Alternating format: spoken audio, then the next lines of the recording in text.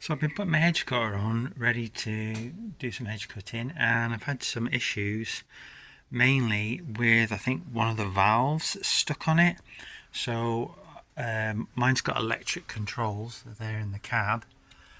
It's a McConnell PA35, but I'm sure the controls are probably similar on a lot of other McConnell hedge cutters, even other makes of hedge cutters. Anyway, so all the switches would work apart from the one from lift, and when I tried that it blew the fuse.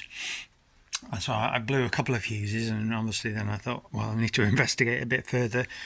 I don't know much about this, so this has been a learning curve for me.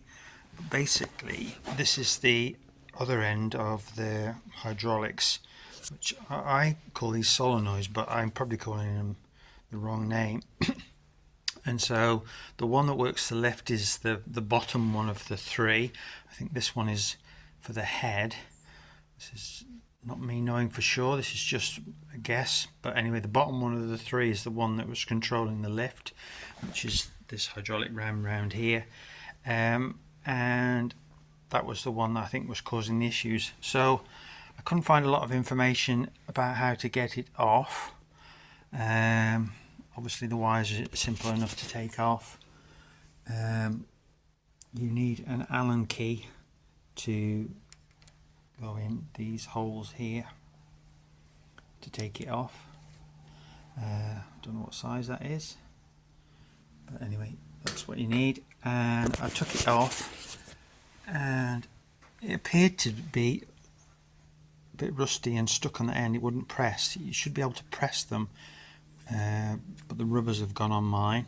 But you could press this one in with a screwdriver in the end of it. That one wouldn't move, so I give it a bit of a tap and it seems to have freed itself up, and I put some penetrating all around it, and I'm hoping now it's unseized, and I'm going to put it back together and see whether that causes the problem to be fixed.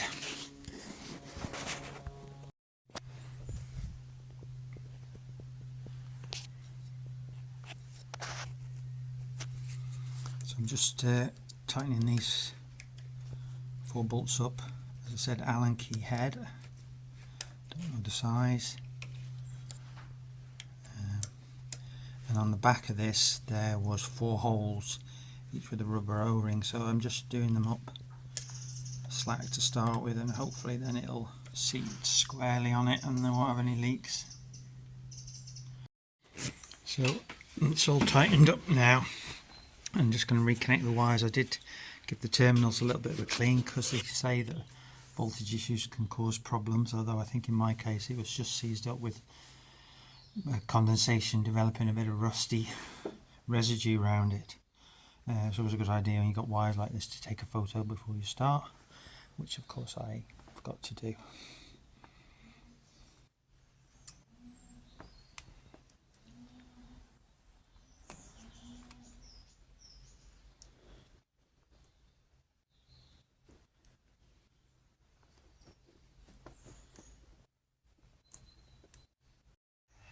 So we're a little bit further on with this. So I was confident what I'd done had cured the problem, put it all back together and put the cover on at that point, and tried it, and it still didn't work. On the plus side, it had stopped blowing the fuses, but it still didn't work. So what I tried then was swapping the up wire with the down wire, so on the same solenoid valve I just swapped the wires over, so on the switch up would be down and down would be up, if that makes sense.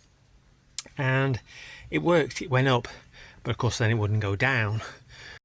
So using this little 12 volt multimeter, I've been able to check that there's power to the switches, and so the only issue is just if I just point to it, this might be better, it's not connected at the moment, but it's just when you move the other side, these two are supposed to touch here.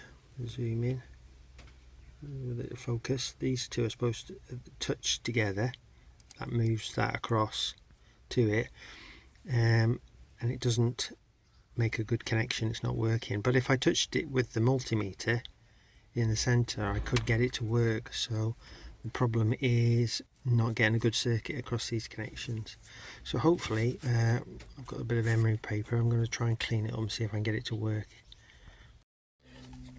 So I can hear it clicking now when I clean them up with a bit of emery paper, and I can hear them clicking now. And now I'm going to put it all back together before I do any more damage and try it.